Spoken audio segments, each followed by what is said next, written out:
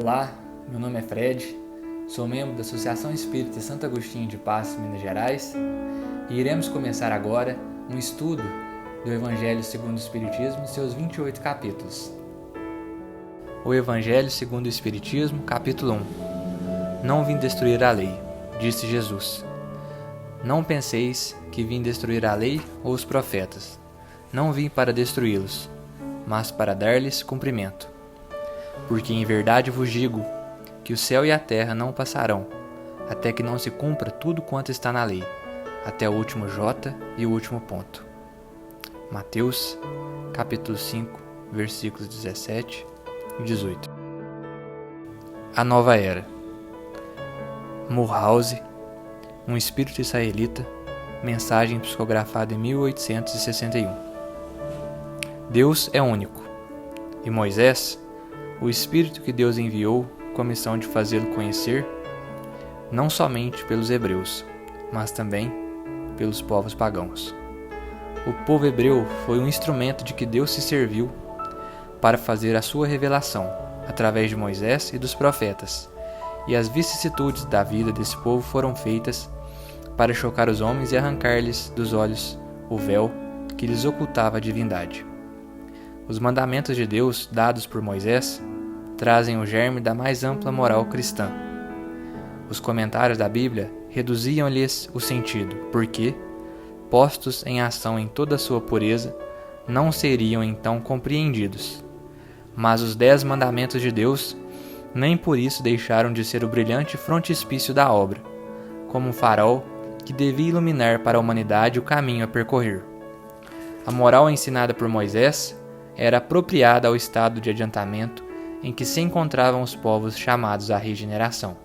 E esses povos, semi-selvagens quanto ao aperfeiçoamento espiritual, não teriam compreendido a adoração de Deus sem os holocaustos ou sacrifícios, nem que se pudesse perdoar a um inimigo. Sua inteligência, notável no tocante às coisas materiais, e mesmo em relação às artes e às ciências, estava muito atrasada em moralidade, e eles não se submeteriam ao domínio de uma religião inteiramente espiritual. Necessitavam de uma representação semimaterial, como que então lhes oferecia a religião hebraica. Os sacrifícios, pois, lhes falavam aos sentidos, enquanto a ideia de Deus lhes falava ao espírito.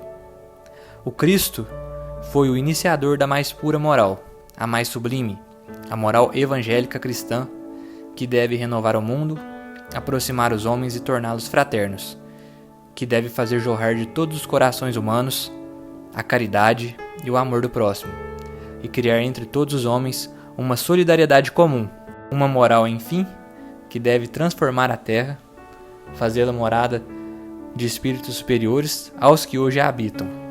É a lei do progresso a que a natureza está sujeita, que se cumpre, e o Espiritismo é a alavanca de que Deus se serve para elevar a humanidade. São chegados os tempos em que as ideias morais devem desenvolver-se, para que se realizem os progressos que estão nos desígnios de Deus. Elas devem seguir o mesmo roteiro que as ideias de liberdade seguiram, como suas precursoras. Mas não se pense que esse desenvolvimento se fará sem lutas. Não, porque elas necessitam, para chegar ao amadurecimento, de agitações e discussões a fim de atraírem a atenção das massas. Uma vez despertada a atenção, a beleza e a santidade da moral tocarão os espíritos, e eles se dedicarão a uma ciência que lhes traz a chave da vida futura e lhes abre a porta da felicidade eterna. Foi Moisés quem abriu o caminho.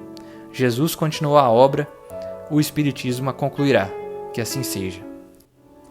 Neste capítulo, Allan Kardec, inspirado pelo Espírito da Verdade, nos ensina que, em primeiro lugar, a lei de Deus foi psicografada por Moisés através dos 10 mandamentos. Jesus não veio destruir a lei, mas cumpri-la, dar-lhe o seu verdadeiro sentido e apropriá-la ao grau de adiantamento dos homens até então, tendo resumido esta lei em 2 princípios básicos: amar a Deus sobre todas as coisas e ao próximo como a si mesmo.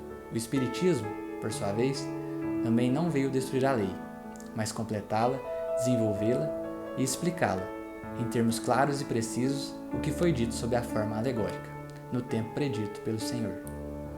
Para maior desenvolvimento desse capítulo, leiam o Evangelho segundo o Espiritismo. Fiquem com Deus e até a próxima.